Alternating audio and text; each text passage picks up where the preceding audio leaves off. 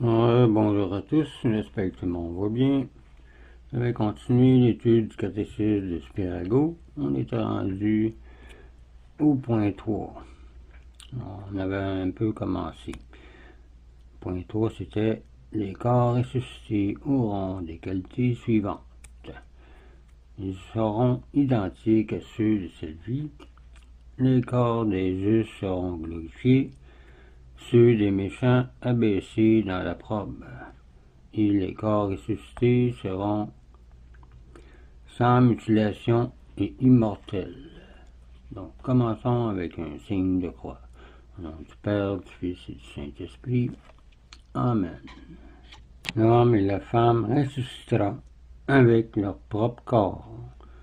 Ce corps corruptible revêtira l'incorruptibilité et ce corps mortel l'immortalité. Voir 1 Corinthiens 15, verset 53. C'est ce qu'on avait vu.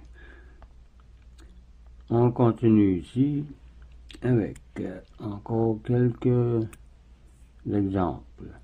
Toutes les personnes ressusciteront dans leur propre corps. Symbole de Saint Athanas. Job déjà savait qu'à la résurrection, il avait la même chair qu'il avait durant sa vie. Je ressusciterai, disait-il, de la terre au dernier jour, et je serai de nouveau revêtu de ma peau, et je verrai Dieu dans ma chair, disait Job, chapitre 19, verset 26. Lors de leur exécution, l'un des 7 frères Maccabées dit au tyran qu'il l'avait condamné à avoir les membres coupés, je les tiens de Dieu, et j'espère qu'il me les rendra. Voir 2 Maccabées 7, verset 11, que vous pouvez trouver seulement dans la Bible catholique. Les païens de Carthage, étant venus dans la prison, dévisager Saint Perpétue et ses compagnons, celle-ci leur dit: Regardez-nous bien, et fixez bien nos figures, afin que vous nous reconnaissiez au jour du jugement, car il y aura un jour du jugement. Cette observation les convertit. Nous aurons donc les mêmes corps et non pas des corps nouveaux, afin que chacun reçoive ce qui est dû, aux bonnes ou aux mauvaises actions qu'ils auront faites pendant qu'ils étaient revêtus de son corps. Voir 2 Corinthiens 5, verset 10. La rétribution n'est due qu'au corps, qui a participé à l'action et non à un autre.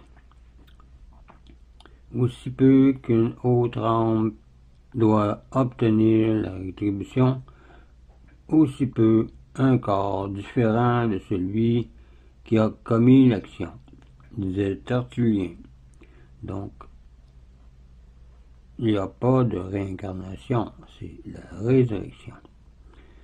Il n'est pas impossible à Dieu de reconstituer le corps désorganisé, car tout lui est possible. Car si Dieu a pu faire ce qui n'était pas, à plus forte raison peut-il reconstituer ce qui était déjà. Quoique dans 10 ou 20 ans, toutes les molécules matérielles de notre corps soient changées, notre corps reste identique à lui-même parce que le principe, la substance restent les mêmes. Ainsi, les corps ressuscités garderont leur identité, lors même que toutes les molécules matérielles ne leur seraient pas rendues, disait saint Thomas d'Aquin. C'est parce que nous espérons recouvrer nos corps à la résurrection, que nous enterrons les morts, que nous vénérons les reliques des saints aussi. Les corps ressuscités n'auront pas tous les mêmes qualités. Nous ressusciterons tous, dit saint Paul, mais nous ne serons pas tous transformés et glorifiés de la même façon. Voir 1 Corinthiens 15, versets 51 à 58. Seuls les justes posséderont un corps glorieux, comme le Christ, car on est appelé à être comme lui. Les corps des justes seront semblables au corps glorieux de Jésus-Christ.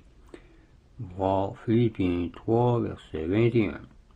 C'est ce que je viens de dire. Et posséderont par conséquent les propriétés suivantes. Ils seront impassibles.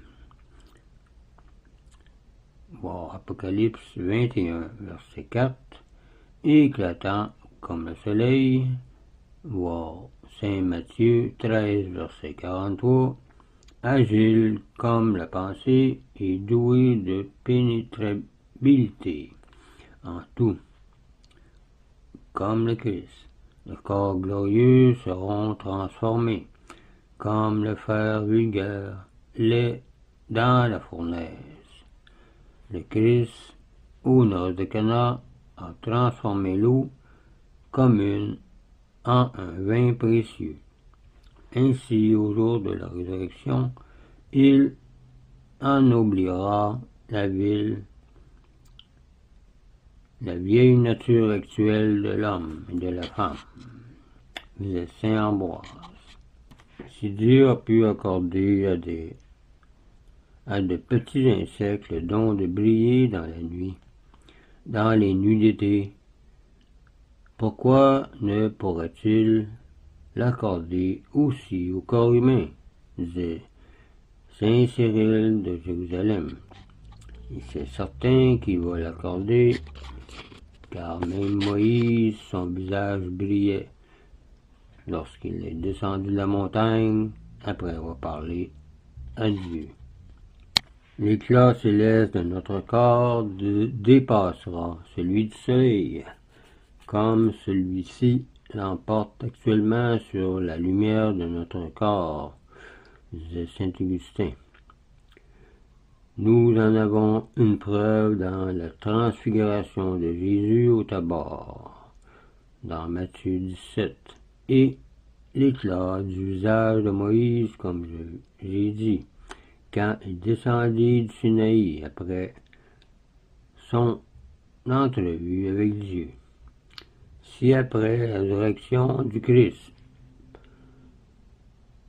le Christ se montra dépouillé de sa splendeur, c'était parce que les apôtres avec lesquels il devait converser n'auraient pas pu en supporter l'éclat, disait saint Augustin. Le corps ressuscité des justes est souvent appelé spirituel, parce qu'il sera complètement soumis à l'esprit et libre de toute concupiscence terrestre, disait saint Luc 20, verset 35, comme au début. Dieu veut plus que le début avant le péché. La beauté du corps dépendra de celle de l'âme. Voir Romains 8, verset 1 et 1 Corinthiens 15, verset 41. L'estropié le plus misérable, qui aura vécu pieusement, aura un corps magnifique, tandis que le pécheur, le plus beau, ressuscitera avec un corps hideux, disait Albert Stock, car on récoltera ce qu'on aura semé. Le bien, pour avoir le bien, et si on sème le mal, on récoltera le mal, car Dieu est juste.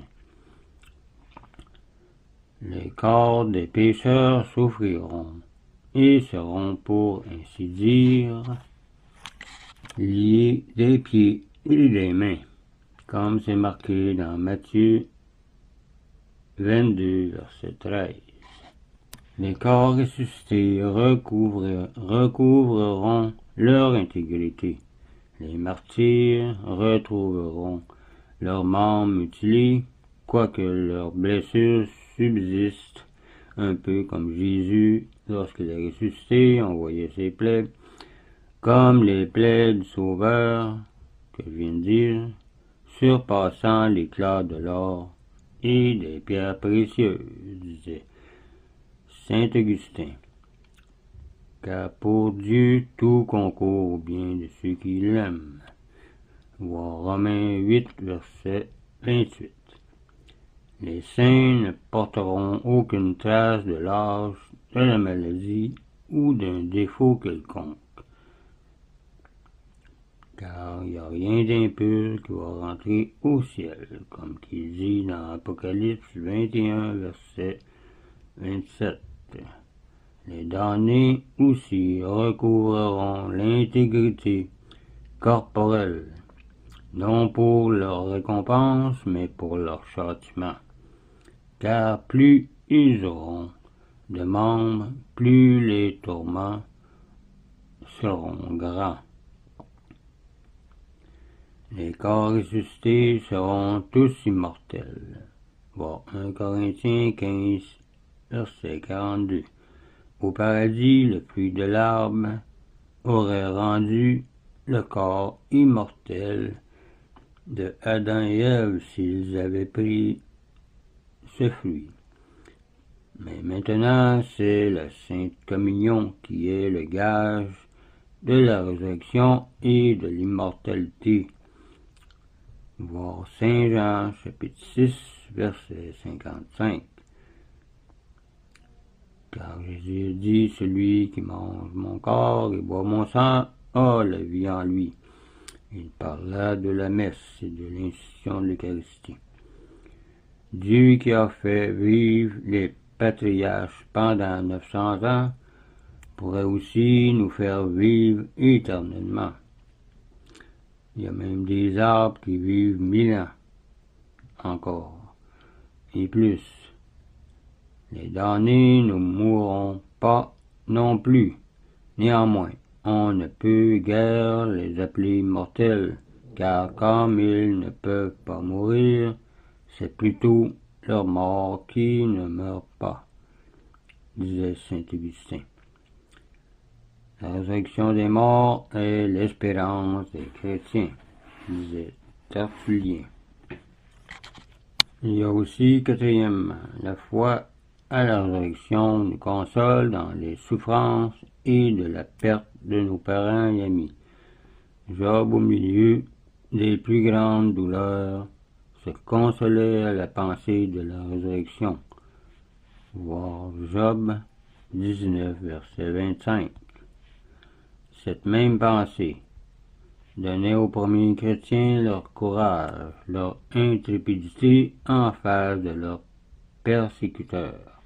Celui qui a une foi vive en la résurrection ne se laissera aller à aucun excès de douleur quand les siens mourront, pas plus que nous ne nous désespérons au coucher du soleil, certains que le lendemain il se lèvera de nouveau.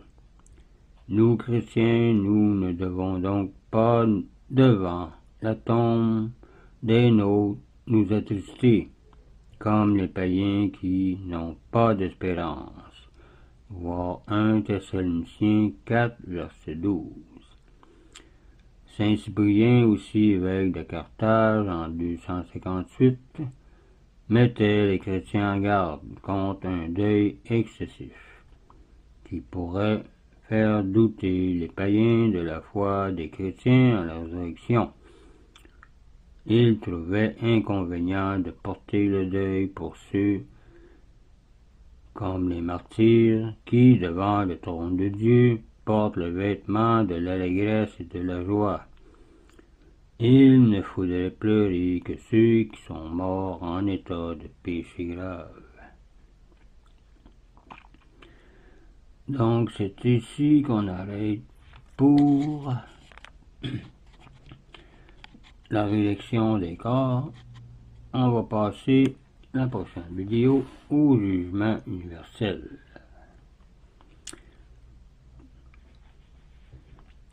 qui se fera à la résurrection ou si après la résurrection des morts aura lieu le jugement universel. Le Christ en effet a aussi affirmé qu'après la résurrection des morts, il rassemblerait toute l'humanité devant son trône pour les juger. Donc, c'est ce que nous verrons dans la prochaine vidéo. Alors, je vous laisse là-dessus, je vous dis au revoir et union prière.